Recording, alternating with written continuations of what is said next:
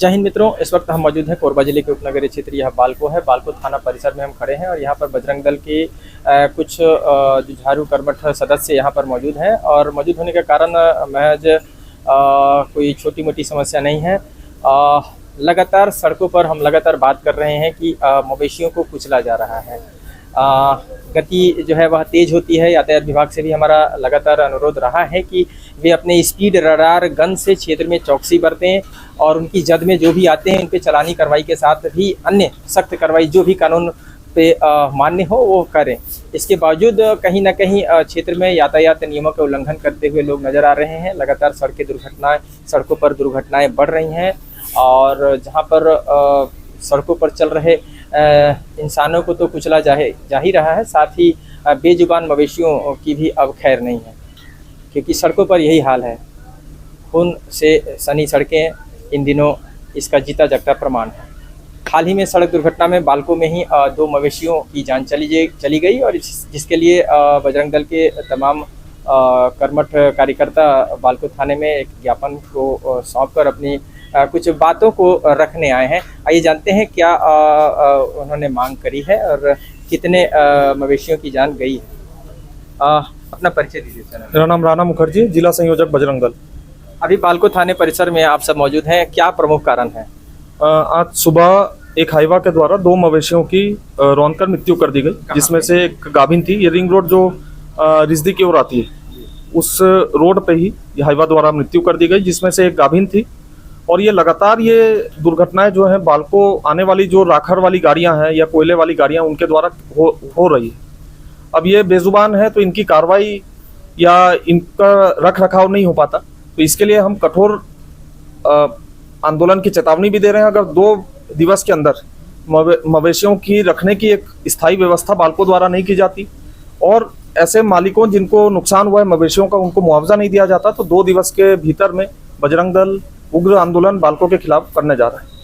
देखिए, हम लगातार इसी बात को कहते हैं कि सड़कों पर जब इस तरह से भारी वाहन चलते हैं, खासकर राखड़ युक्त जो वाहन चलती हैं, हमने खबरों पे लगातार प्रकाशन में लाया है कि यह राखड़ युक्त जो वाहन चलती हैं वह तेज़ गति में चलती हैं। उसका कारण सिर्फ एक है, वे अपने आने जाने में जो उनका जो एक कीमत तय होता है, जिसको बीट हिसाब से उनका एक रेट निर्धारित है कि इतने ट्रिप पर, एक ट्रिप के पीछे आपको हम इतने रुपए प्रदान करेंगे। ऐसे मालिकों के द्वारा, संबंधित कंपनियों के द्वारा इस तरह का प्रलोभन दिया जाता है, जिससे चालक क्या होता है कि थोड़े से लाभ में आकर अपनी वाहन को तेज़ गति में चलाता है और ट्रिप के पीछे पैसे प्राप्त करने के लिए वह होड़ सी मची हुई होती है, जिससे सड़क दुर्घटनाएं निर्मित हो रही हैं। सड़क पर भारी वाहनों के लिए एक स्पीड, एक जो गति है वह निर्धारित है। इसके बावजूद यदि वह गति पर जो है, जो निर्धारित गति है उस पर नहीं चलते हैं तो कहीं ना कहीं इस पर यातायात विभाग की भी कमी नज़र आती है। यदि स्पीड रडार गन के साथ वे चौकसी बरतते हैं क्षेत्र में,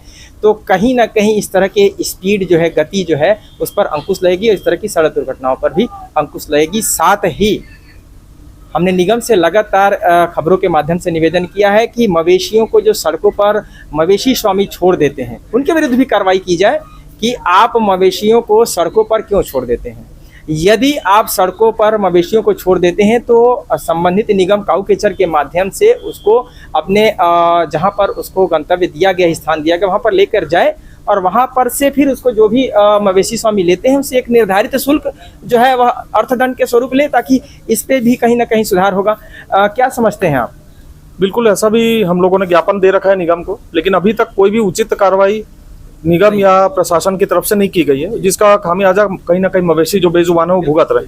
और इसके साथ ही जो हिंदू समाज के लोग हैं, जो गौ माताओं के प्रेमी हैं, ऐसे लोग भी दुख का सामना करते हैं, क्योंकि उनके हाथ भी बंधे हुए हैं। क्या हम सारे हिंदू धर्म के खासकर लोग हैं जो गौ को माता मानते हैं, तो माता तुल्य यदि गायों की, मवेशियों की इस तरह से सड़क दुर्घटना पर निर्मम जो है मौत हो जाती है, इसे तो हम हत्या का ही नाम दे तो बेहतर होगा, क्योंकि इस तरह से लगातार सड़कों पर बेजुबान मवेशी गाय जो है मारी जा रही हैं।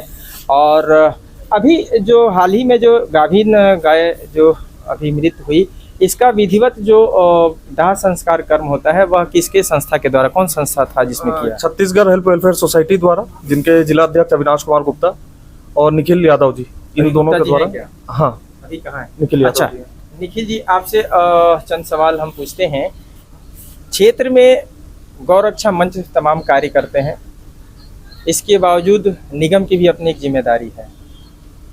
इसके बावजूद स्वयं जो मवेशी स्वामी है उसकी तो सबसे बड़ी इसकी जिम्मेदारी बनती है। इसके बावजूद क्षेत्र में मवेशी सड़कों पर अन्यत्र घूम रहे हैं, इसे क्या समझते हैं? ये देखा जाए तो जो स्वामी होते हैं पशुओं के, इनको ऐसा खुला छोड़ना नहीं चाहिए। और इस प्रकार अगर खुला छोड़ दिया जाता है तो निगम की एक कार्रवाई होनी चाहिए उनके ऊपर कि उन्हें अपने स्थान पर ही रखें, और ऐसा नहीं करने पर अर्थदंड स्वरूप कुछ लिए।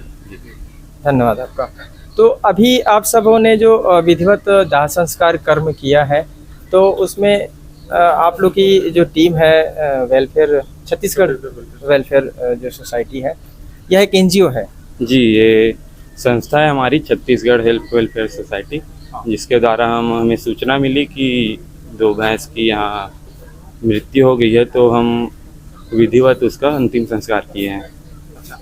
गायों की जो मवेशियों के अंतिम संस्कार कर्म होते हैं वह किस तरह से होते हैं? मतलब क्या उन्हें दफनाया जाता है या जलाया जाता है, इसके विषय में प्रकाश डालिए। उन्हें वही जमीन में जेसीबी द्वारा गड्ढा कर नमक वमक डालकर अच्छे से अंतिम संस्कार उनको कर दिया जाता है। माने उन्हें दफन कर की दिया क्रिया की जाती है, और उसके पश्चात और भी कुछ खर्च आते हैं क्या?